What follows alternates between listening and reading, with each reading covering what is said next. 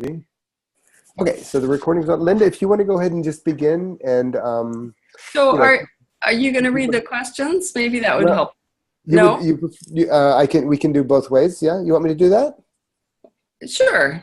All right, let's see. Let me go to my list here. Okay, so the first question came from Fiona Kelty from Ireland, and Fiona asks, I just want to ask Linda Sensei if she was ever forced to stop training for weeks or months. I mean, not just a few classes, maybe because of an illness or an injury. If so, what did she do when she couldn't train to keep her sense of commitment to the heart of Aikido? Also, what did she notice, if anything, when she got back to the tatami? As usual, the live session is at a busy time for me in Ireland. I might be able to show up for a few minutes, but I look forward to the replay anyways. Fiona.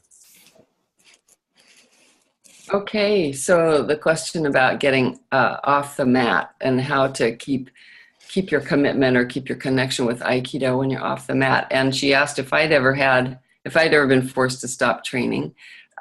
Yes, for periods of time. For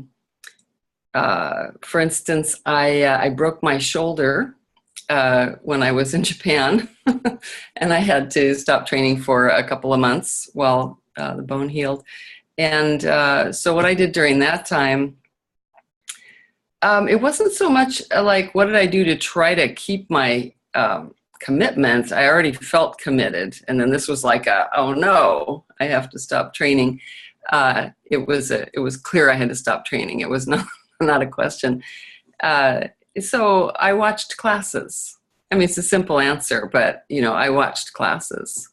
Actually, it's not a simple answer because I actually was commuting at that point. I lived in Osaka and I was commuting to Shingu on the weekends to train. So I did that with my broken shoulder and going through the public transportation system. So, and just to go watch classes and sort of be there with my teachers. So that's not like, how did I manage to stay committed? That was like, I was really committed. So that's what I did from my commitment. And then, when I have a son, and so when I was pregnant, I pretty much stayed on the mat, but adapted my practice so that I wasn't doing a lot of ukemi during that time, especially after a while. And but afterwards, I took 6 months off. I wasn't actually forced to do that, but I wanted to do that. I took 6 months completely off the mat. Just to be a new mother, and that was really interesting because I thought it would be very hard for me since I'm at that point I've been training over 20 years or something, and Aikido is like the big part of my life. But being a new mother, being a parent, that's a very engaging thing, and it was wonderful and challenging. And when I came back to the mat. A couple of things, one was just my ukemi had kind of disappeared, like my ability to roll, because I hadn't been taking ukemi for about a year at that point. And I've always had like a stiff back. So just my back had stiffened up and I had to learn how to roll all over again. That was kind of embarrassing at that point in my training. But I just, I went and practiced on my own and just went through the whole process again as a beginner, learning how to roll. And that was good for me, developing patience and patience as a teacher. So there were gifts, each time I was off the mat. And I guess that's what I'd say from my experience is that when I had to take time off the mat, I didn't so much feel like that challenged my commitment. I just had to take some time off the mat. And then when I came back, that was part of Fiona's question. What did I observe? What was different? And I guess I would just say that each time it was different. Each time something was really different coming back. And then that became a training point for me, like learning how to roll again, or I felt after coming back after becoming a new parent, I just felt all different. And so it was really wonderful and interesting to encounter Aikido at that point. And I felt after a while, after I got over my clumsiness coming back, I felt that I had a kind of deeper perception of energy, of ki. I felt it differently after becoming a parent. So there are these gifts just actually from being off the mat and then coming back, the change in perception. So the other thing I was thinking of is I've had a couple surgeries in the last few years where I had to take a couple months off the mat. And that was, the surgeries themselves were difficult and the recovery was difficult. I had to deal with a lot of pain and, just not being able to do much of anything for a while. And I guess I would say this is that, when you really orient yourself as an Aikidoist, everything teaches you. Everything teaches you. So my experience of pain taught me, it opened things up in me. And since I already had, as so many people have, that sense of my life is a practice and it's oriented around Aikido. Then when I came back to the mat, all of those things informed me. The deepening of my own experience through the facing some mortality fears, and dealing with pain, and also experiencing a tremendous amount of kindness from other people. All that just naturally has seeped into my Aikido practice. Great. Good. So Linda, listen, we've got 5 questions total today. So I'm just going to jump right on to the next one. And the next one is from Tammy Bocut. She's out of Washington, D.C. Some of you also may know Tammy because she's a blogger. She blogs quite a bit about Aikido on the website Medium. So anyways, Tammy asks, Linda Sensei talked about having to adapt ukemi as time passes. She specifically mentioned not taking high falls, for example. I know that much of this aspect of Aikido for me is adapting my mindset and pace and exploring how to shift mentally. That is my work. I know that Donovan Waite, for example, adapted his ukemi to better protect his knees he has passed that down and on to his students. Are there other examples of people who have adapted ukemi in specific ways that have been or could be taught in classes or at seminars? My sensei and senpai are great at working with me on it, but it would be cool to not have to reinvent the wheel.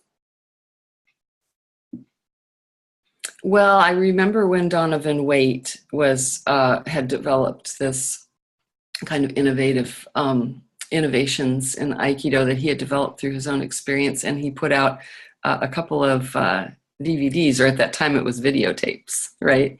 I remember he came out with one and then the other, and I watched them and found them very interesting because, it was in a way it was a particular system, and there are, I'm not actually aware of like a lot of particular systems, but I do pay attention when I run into them. Particular adaptations to ukemi. And but what I found was really interesting in his, when I watched the videotapes, I've never met him personally, though I have a lot of respect for him, is that I liked how he kept emphasizing staying connected to your partner, feeling what your nage or tori or whatever you call that person, what they're doing, and being connected to that. And I liked the result seemed to be quite natural, like there was a naturalness to ukemi as a result of that. And the reason why I'm mentioning that is because when there are systems of adapting ukemi, specifically, like you take this fall this way, you take that fall that way from this particular technique, for instance, it depends on the system of Aikido that you're, the lineage and the form of the throws have a lot to do with how you take ukemi. So to have like a system of ukemi that you perform, like I have this form or this way that I take my falls, may very well not be suitable, in various different situations, unless you're in a situation where your partner is throwing you in that particular way. That's if you have a kind of form-oriented system where like, this is the way I take my falls, right? So I really liked the naturalness. And I noticed at that time, I had various of my students that were experimenting, with this. And I saw, so I experienced not Donovan Waite, but I experienced other people trying it out. And I just noticed that some of them were more successful than others. And it seemed to me those were the people who took to heart the feel what your partner is doing and adapt to that in a flexible way and stay connected to your partner, rather than the people who they learned the form from watching the video, and then they performed the form and it was disconnected. Like I'd be throwing them and they would leap off somewhere, and do their own thing. So that's one of the things I just really wanted to mention, is that I think that however we adapt the ukemi, needs to have qualities of listening and flexibility and connection to your partner, so that your ukemi actually serves its purpose, which is to protect you and to fulfill the technique, right? Because it's not just something that you do on your own. I know that there are some systems, but I'm not that familiar, with them, and so I can't represent them. But like, for instance, Jan Sensei, my dear friend, Jan Sensei, and some of the people he's worked with, like Frank Osthoff, who I've never met, and so on, they kind of developed a system of what they call soft ukemi that protects the body. And particularly within the systems that they work in, like their lineage of Aikido, which comes down from Endo Sensei and so on. And it's really nice to explore how they do that within their own system. And then there are ways in which, people learn to take like ukemi from, say, an iriminage that just isn't, the form of it isn't applicable to, like, say, what happens in my dojo, where the reinvent is probably going to be a bit different. So, adaptability. Also, I want to say that there are quite a lot of people I've encountered, and I do this too to an extent, that practice taking balance of the uke and not throwing as an alternative to, like, say someone really, it's hard for them to fall, it's not, the back doesn't allow them, or, whatever. And I think that that's a good tool. And the downside of that is that sometimes, there are a lot of challenges to that. It can lack the full feeling of receiving, and, we can end up being a little stiff, right? Instead of getting the breathing feeling of the ukemi, get the feeling through your whole body. So I just recommend that as people explore that you try to actually receive the technique as far as you can, and thereby keep developing your flexibility and your connection and your receptivity, rather than like, okay, you got my balance, and stop there. So that's all my thoughts on that. Great. The qualities of receptivity, flexibility, connection and adaptability. Plus, what you said was fulfilling the technique, really fulfilling the whole purpose of that technique. Right. So those two things together. Yeah. And the other thing is, I know this is a huge topic, but just just to put a few things out there to think about. The other thing is that This is a big topic, but I continue to feel that as people adapt to ukemi, that it's still important to keep what some people might call like a martial awareness, an awareness of openings. Yeah. You know, and so you're moving flexibly with something, for instance, that if you stayed there stiffly would possibly be an opening for you, right? A dangerous situation. So we're still aware of that. And we don't do something arbitrary in the middle of the technique that puts you into danger. Right. Great. Fantastic. Shall we move on to the next question? Yes, we shall. Okay, so this one's actually short. It's from Bob, and then we'll go to Daniel's question. And Daniel, I'll send you your question again, so you get to ask it yourself. So Bob Pierce from Emeryville, California says, he says, does one need a fighting spirit to advance on the mat? Well, I guess everyone would be pretty surprised if I said yes. It's semantic. You know, it's such a short question that it's kind of impossible to tell what he means by the question. So what is fighting spirit? And what is advance? What does it mean to advance? So, in general, I actually would say no, to this question, but it depends on what you mean. So if you mean, do you need a fighting spirit, meaning competitive, combative? I would say no, you don't need that. In fact, that's ultimately what Aikido wants us to evolve past and beyond, and to purify ourselves of what you could call a fighting spirit. Like a spirit, if you think of fight, that's usually like a win-lose situation. You want to fight, you're going to win, you're going to defeat someone else. Well, listen to O Sensei on that, and like that's clearly not what we're going towards. And I really don't know what advance means here, to advance on the mat. I guess it means to make progress in one's Aikido.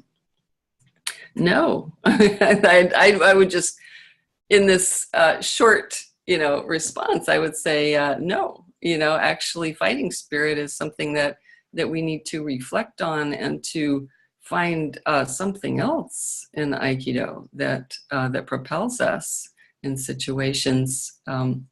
But if he means a fighting spirit, if he means determination, like the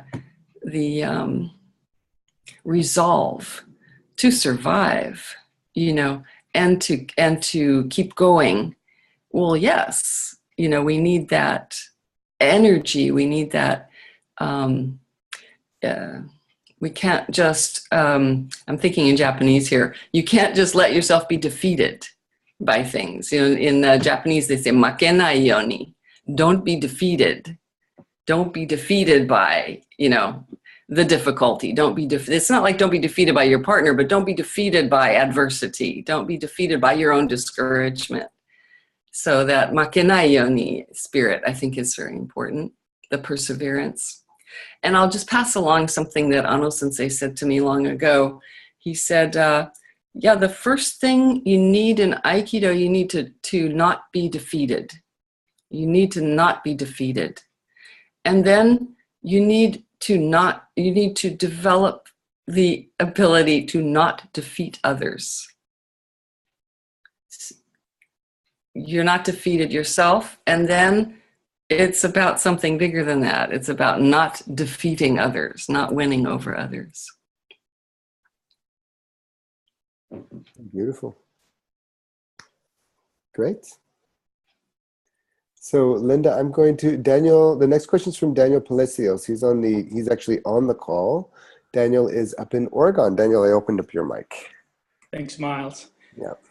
Hi, Linda. I wanted to appreciate your book, because it has been very transformative for me in so many levels. It's just such a gift to humanity, and I really appreciate it. And I was fortunate to be at the launch of your book in Santa Cruz, and it was such a memorable event for me. So. Thank you. Me too. On to the question. You mentioned that Japanese teacher once told you that if Aikido speaks to you, answer the call. And I was wondering if you could talk a little bit about how you heard the call. And was it sort of a gradual call that became louder, or like a snap moment realization? And what was the call like? How did Aikido speak to you?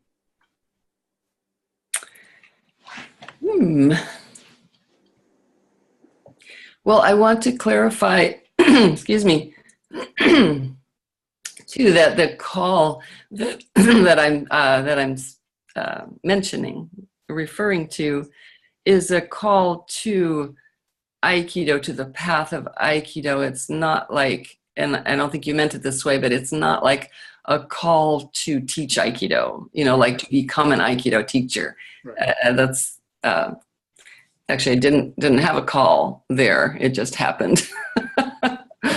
And so, well, I think that in terms of feeling the call, and those are just words, but just to try to explain what I mean by that, to feel drawn, to feel attracted, to feel inspired to commit oneself. I felt something of that, although I would never have predicted where it would have led. I mean, I felt some of that like the first week that I did Aikido, that I encountered Aikido. I mean, my first classes, and maybe you've felt that, and maybe you've heard other people talk about that. Some people just, they see Aikido for the first time and they're just like, yes, I want to do that, or something in that visually, or their first experience of doing it, that, they're just like, oh yes, this calls me. And I felt that. But I think the way I felt it was actually not visually. I didn't like see Aikido and think, yeah, I want to do that. I when I first saw Aikido, I thought that looks kind of weird. But when I got on the mat and we were doing, at that point, my teacher, Bob Fraser Sensei, and all the teachers in California were highly influenced by Koichi Tohei Sensei, the founder of the Ki Society, and who was still at that point the chief instructor at Hombu Dojo in Tokyo. Anyway, we did a lot of the exercises that he popularized. For instance, the unbendable arm, where you experience the difference between the tension and resistance in your arm when someone's pressing on you, and an open, flowing ki extension feeling, and then you can take a lot of pressure and you just don't even feel it, and you can keep your arm out there. Well, I remember that the first time. So I felt something inside myself. So that was actually the call, in a sense, the appeal or the attraction for Aikido. To me, I felt a capacity inside myself that I hadn't known existed. And it's like, wow, what? I had no idea that ki was anything, and that there was anything other than like, I've got my body and I've got my strength and I can resist something and then be defeated. So it was an amazing sense of possibility. And so that opened up immediately. And then I answered that call by going to class, and just going to every class that there was, and which was at that point was only twice a week. And then when I went to Japan, and I went to Shingu, I'm just talking about like particular times that I felt sort of called and I answered.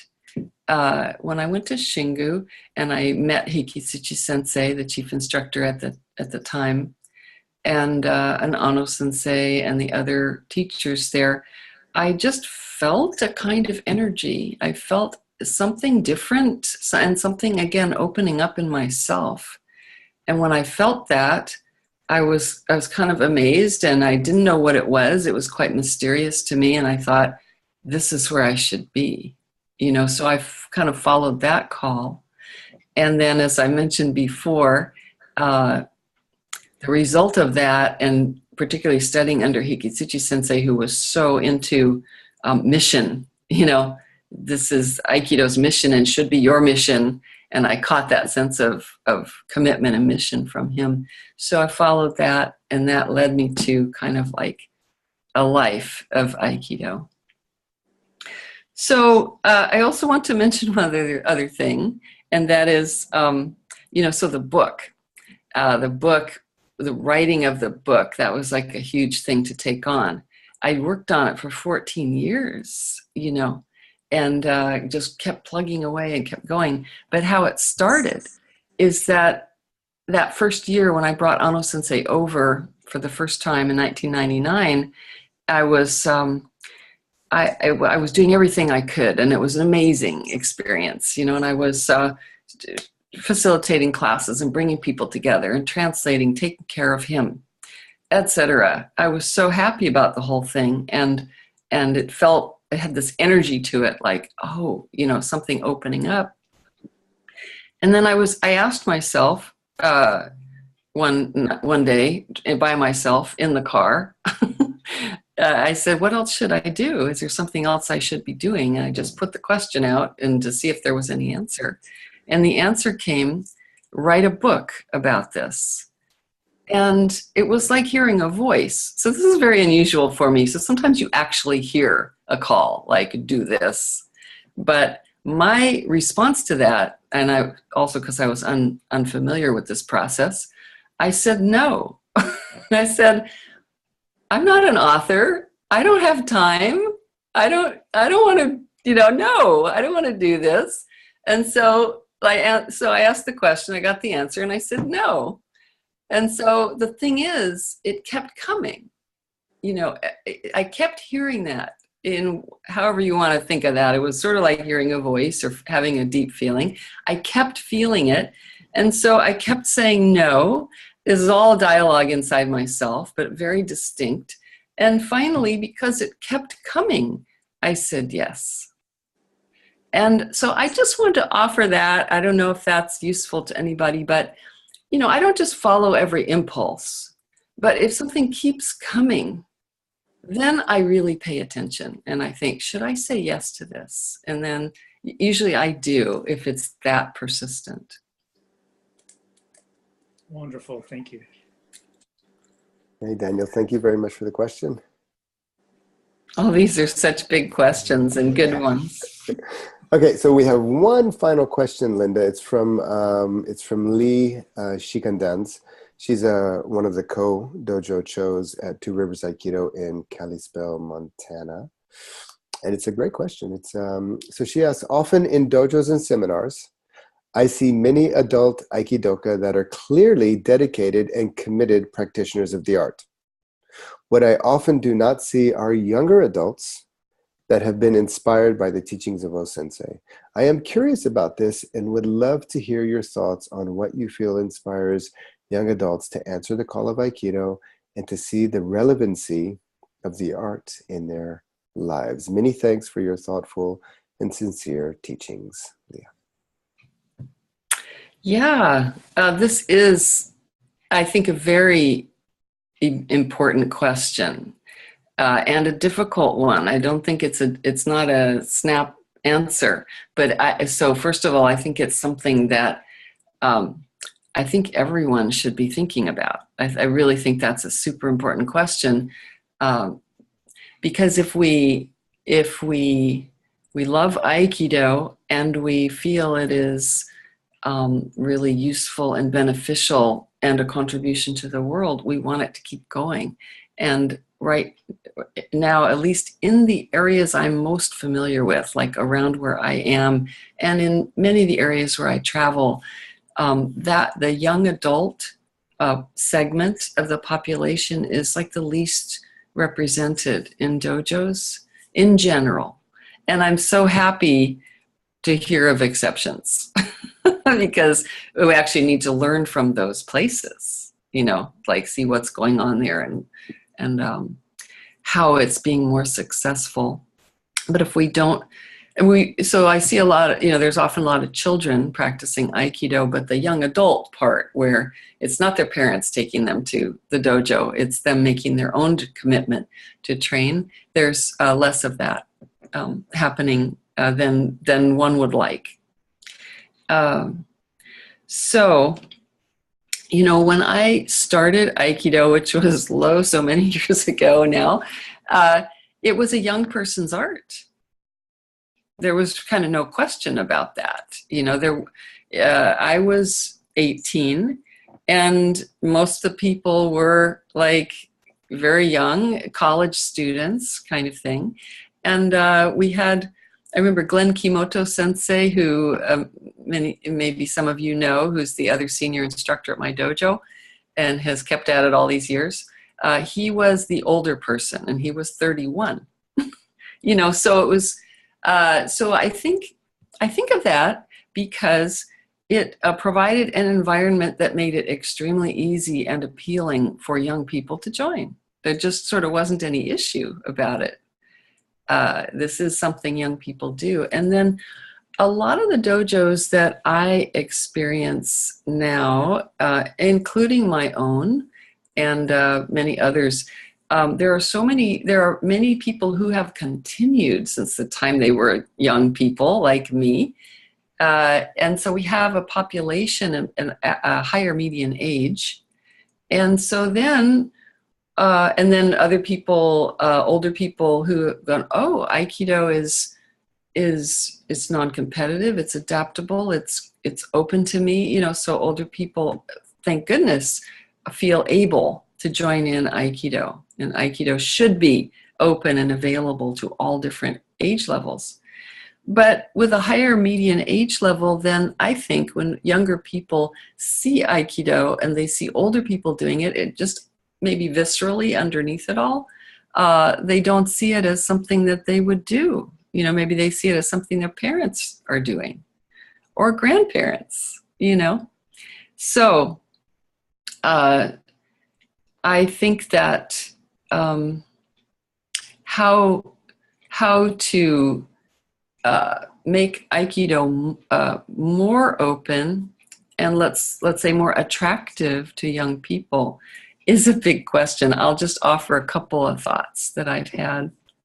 So first of all, we need to keep asking the young people, the ones who are there, or they ask their friends, we need to keep asking them. They're the experts on what works for them, what they're attracted to, what they value, and then see how to translate Aikido into that. So for instance, I don't know, a few years ago, I've been thinking about this for quite some time and the importance of the young adults in Aikido. So I got together a few of the young adults in my Aikido. I had them over to dinner at my house and I interviewed them about this. And it is, of course, a very small sample. So I'm not making, huge claims from this. But one of the things that I heard from them is that they felt that people their age, and these were like early 20s, at that time that I was speaking with, people in their early 20s. They said that they felt that people of their generation were really attracted to intense activities, extreme sports, and just that's only one example, but things that had like an intensity to it and a vividness and an immediacy. So they suggested to, offer different kinds of activities in Aikido, like we do sometimes in Santa Cruz. We go to the beach, we go in the water, and we get pounded on by the waves, and we do our misogi practice there, things like that. That is actually a traditional part of practice, but that to actually publicize things that we do that are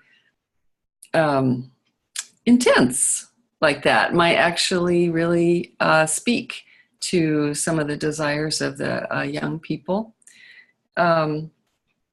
Also, something I took away from that discussion with them was a resolve in myself to keep Aikido practice really energetic, like vivid and energetic, and I'm going to say vigorous, but with a caveat there, like suitable, so everyone is finding their way of practicing that, right? But I came away with the resolve to not allow the practice in my dojo, for instance, to become something that's very serene, and not very physically engaging. Not only because I believe in that, but also from what I heard from these young people. It's like, let's have something that's juicy and exciting and has a lot of ki in it and has some element of physical challenge. So that's something I've been thinking about. One of the people said, I know peace is a good thing, but I don't think that's the first thing that appeals to people of my generation. Like, okay, building peace. Yes, we believe in it, but let us do something that's exciting. So that's just one thought on that. But it's something that has actually kind of shaped and helped me remember what I want to do, which is make sure that Aikido is really reaching out and connecting with younger people, younger adults. Linda, can I ask, what is the average age in your dojo? Well, I can't tell you the average age. I haven't added that up. But generally speaking. I don't know. We have a lot of people, like oftentimes if I'll sit back and actually just look. I'm like, okay, how many people here are, because I want to keep this in my mind. I want to keep it an active issue. And so I look and like, okay, how many people here are under 30, I think to myself. And how many people here are like 30 to 45, and how many are, like over 50. And I always see a lot of people in like 40s and 50s. We have like a lot of people, and we actually have a lot of people who've kept training for a long time and are super committed, who are like in their 50s, or now like me have come into their 60s. And then there will be some, that will be like under 30. But so I don't know what the average is there, but it's I wouldn't say the average is 30. I put the average in the 40s.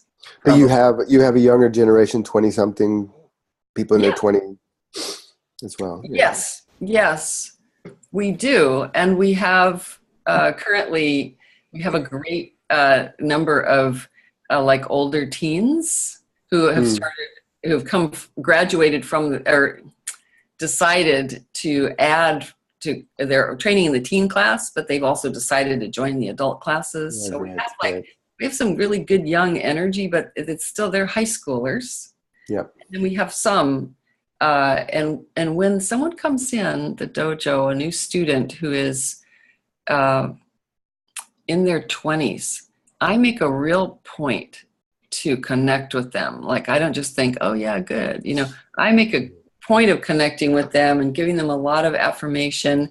I make a point of, if they're in a position where they can train energetically, I make a point of throwing them around, and working with them and giving them affirmations for their energy.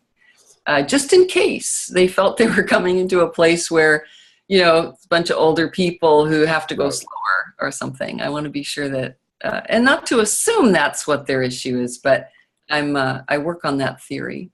Well, Linda, this question came from Lei, who is partners with Mark. So, Mark, I'm going to open up your mic if you want to add anything or share something about this. Oh, good. Oh, thank you. Hi. Surprise. Yeah.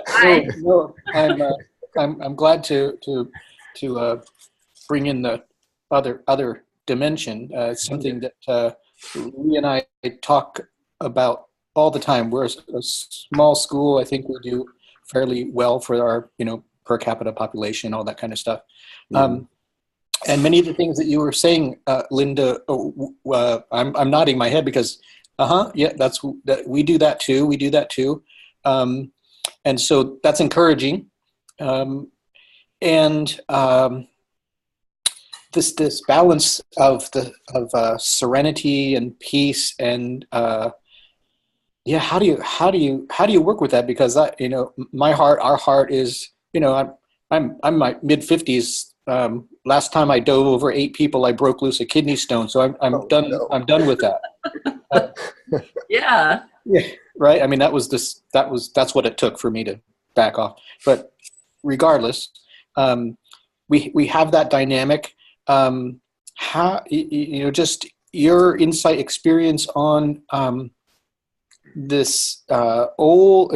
I've seen videos and I've talked with lots of senior students of O Sensei, and the stories about how, I mean,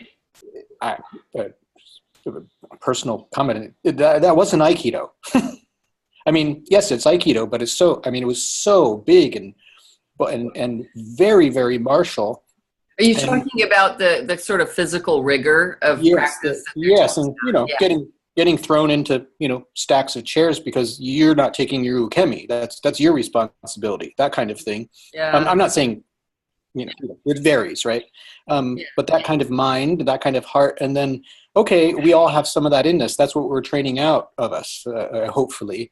And how do you balance that with the rigor, and at the same time, when people's violence comes up and they're like, oh, I'm going to prove something, I'm going to, does this really work? I mean, all of that stuff that I'm sure you've run over and over and over again. I'm just curious about your insight on how to navigate that. Yeah, I think it's important to continue to make a distinction, to point out the distinction between intensity and violence. Or aggression. Intensity and aggression are not very different actually in Aikido. So we can be doing things that are quite challenging, and both mentally and physically, and it has nothing to do with doing something to someone else that might hurt them.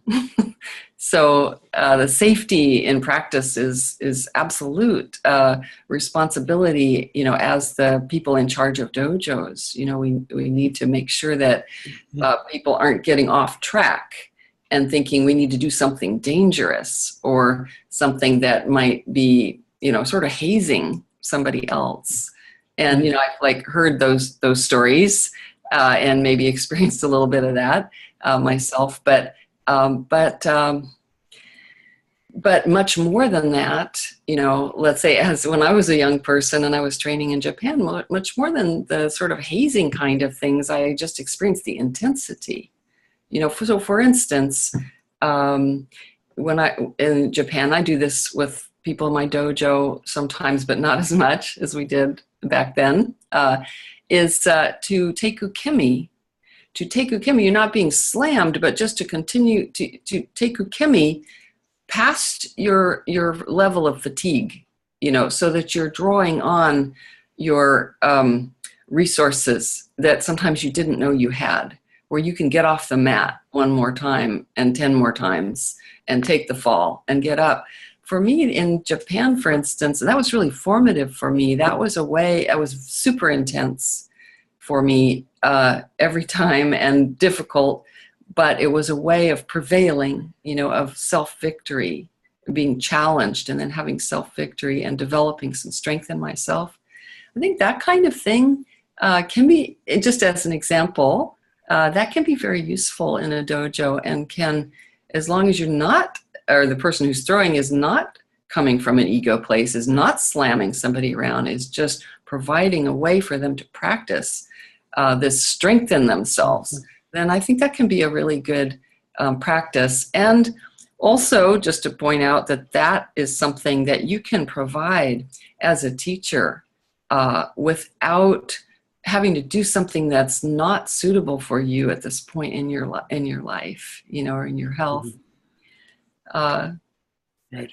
Yeah, and so the challenge is being physical element of challenge is really good, you know, and I think especially for young people and anybody who's able to do that.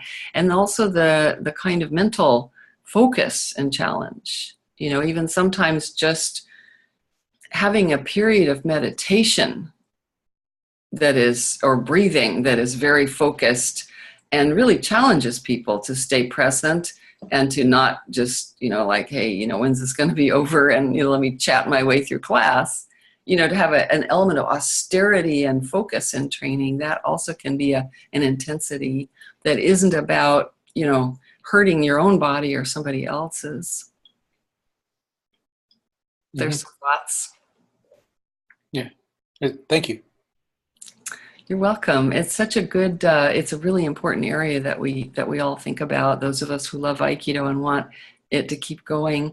I thought of one other thing that I have been shifting, and it's not about practice on the mat, but I've been shifting since maybe the last at least 5 years, maybe 10 years. I've been thinking a lot about this issue, and that is about publicity in Aikido, what we put out and the images that we put out for Aikido. I noticed after a while, I noticed that a lot of places, and my dojo too, we would, like say we put out a flyer for a seminar, or we put out something, I don't know, something comes in the newspaper or on the website. Dojos often have websites, that we would often have pictures of senior people, meaning senior Aikidoists, because they're the most experienced. And those would be the people that would be seen. And so that, you know, picture's worth 1,000 words. And so unconsciously, a lot of dojos put up pictures of people and they all had gray hair. And that is not actually going to represent the art in a way that just visually, you know, without thought, appeals to a greater range of ages. And so, it's important, I think, and I've been doing this with flyers, and also I think it's important to look at the website and so on. Just look at your images and make sure you've got older people, you've got younger people, you've got women, sometimes are underrepresented in those images, you've got kids, and maybe you already do, I'm just speaking to everybody, right? Check your images and make them really inclusive. And particularly if you want to attract young men and women, put young men and women on there. Great. Nice to meet you there in Montana. Well, Linda, listen, I want to respect your time. You've already given us 50 minutes. Wow, okay. Thank you so much. Is there... Yeah, right, of course. Is there anything else you want to say? Or maybe I'll just open up everybody's mics and everybody. Is there anything anybody else wants to say? I've already been saying a lot. Everybody, your mic's open if somebody wants to just make a comment or two. Maybe we're done. Great. So Linda, thank you very much. I appreciate this bonus session. And also I'm really happy that, you know, we already spoke by email, and I heard from Don and Julie, and of course I watched the replay of your session. It was really nice. So thank you for being with us and sharing your wisdom. Thank you for having me. It's good to have these dialogues, and also good, you know, it's good for me to think about these things, and yeah, let's keep up the conversations. Absolutely. And yeah, go ahead. I had a quote of Sensei I wanted to end on.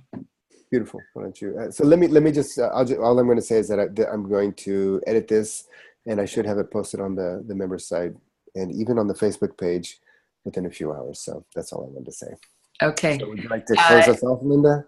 Yeah, I thought I just with the and when I was thinking about this last question about the young adults and my process of thinking about intensity and ki and energy.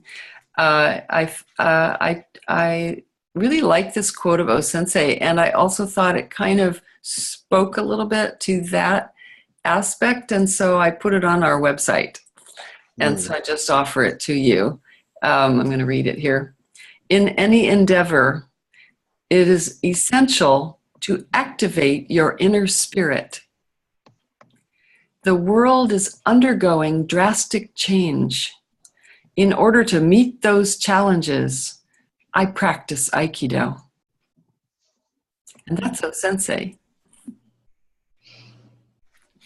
Amen.